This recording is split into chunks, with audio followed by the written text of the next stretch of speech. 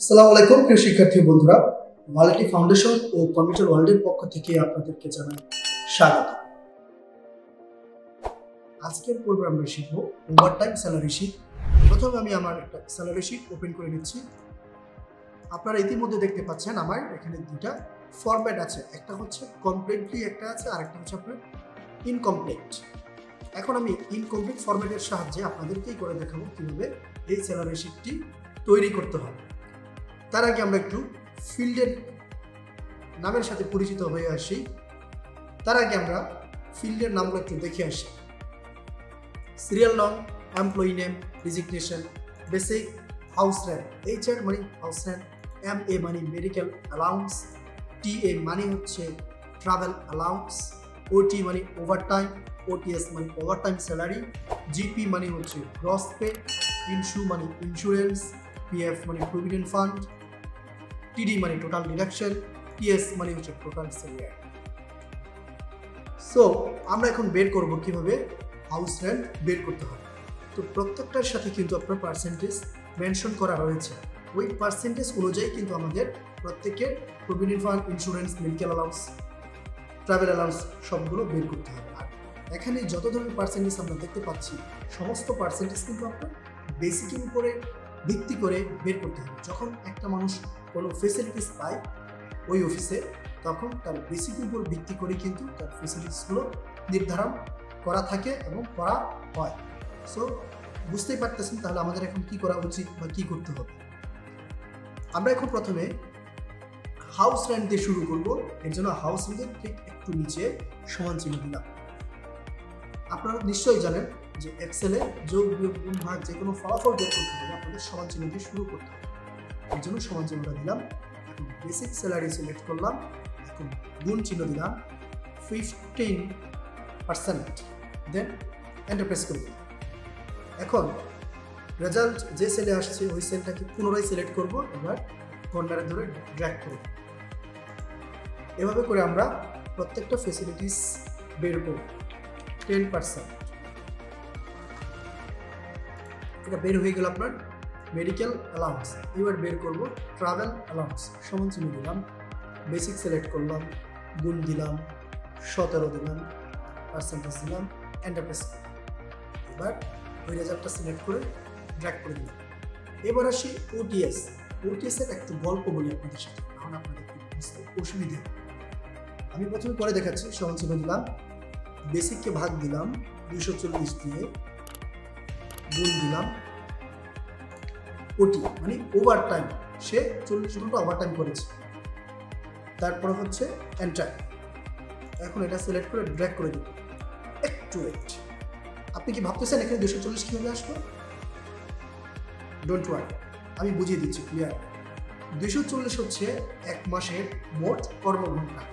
আমরা যদি এটাকে দিনে কনভার্ট করি তাহলে 30 দিন হবে।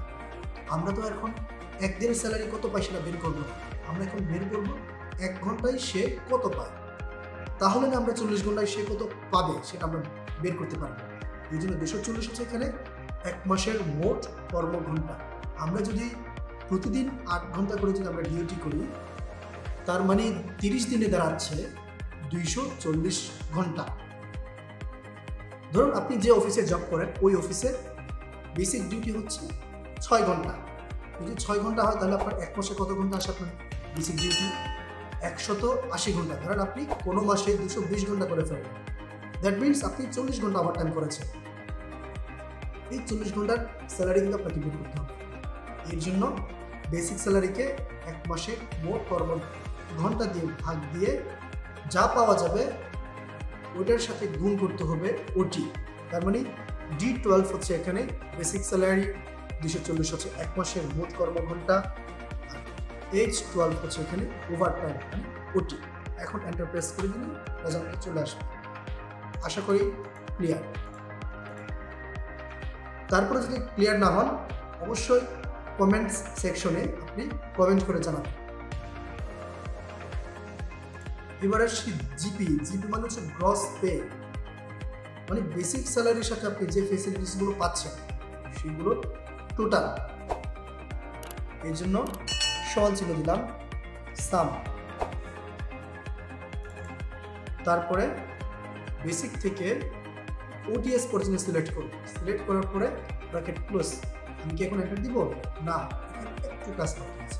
সেটা হচ্ছে যোগ করার সময় কিন্তু আমরা টাইমটা যোগ করে নিয়েছি, টাইম তো টাকার সাথে যোগ হবে না, এর জন্য মাইনাস দিয়ে ওটি বিয়োগ করে দেব, দেন এন্টার। এটা হচ্ছে আপনার গ্রস পে। এবার আসি ইন্স্যুরেন্স, সমান চিহ্ন বেসিক গুণন 9%। আমি আগেই বলেছিলাম যতগুলো ফেসিলিটিস আছে সবগুলো বেসিকের উপরে ভিত্তি করে নির্ণয় করা হবে। পুনরায় বেসিক সিলেক্ট করলাম, গুণ দিলাম 7%, এন্টার। এখন এটা সিলেক্ট করে ড্র্যাগ করে দিলাম। এবার আসে টিডি, মানে হচ্ছে টোটাল ডিডাকশন।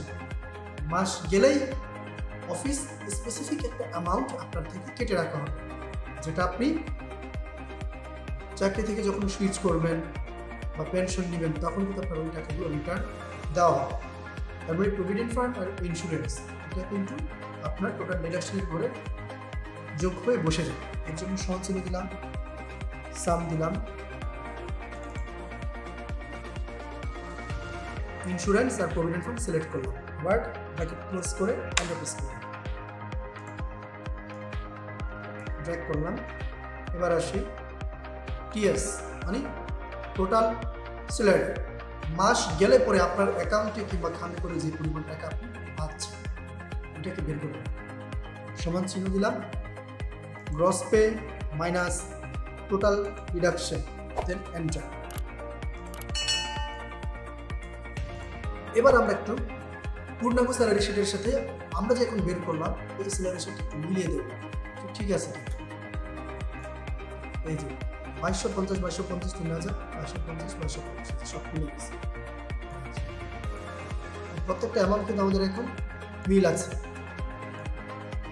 প্রত্যেকটা অ্যামাউন্ট আমাদের এখানে কি মিল আছে। তার মানে কি আমাদের এই স্যালারি শিটটা এখন ফাইনালি কমপ্লিট হয়ে গেল।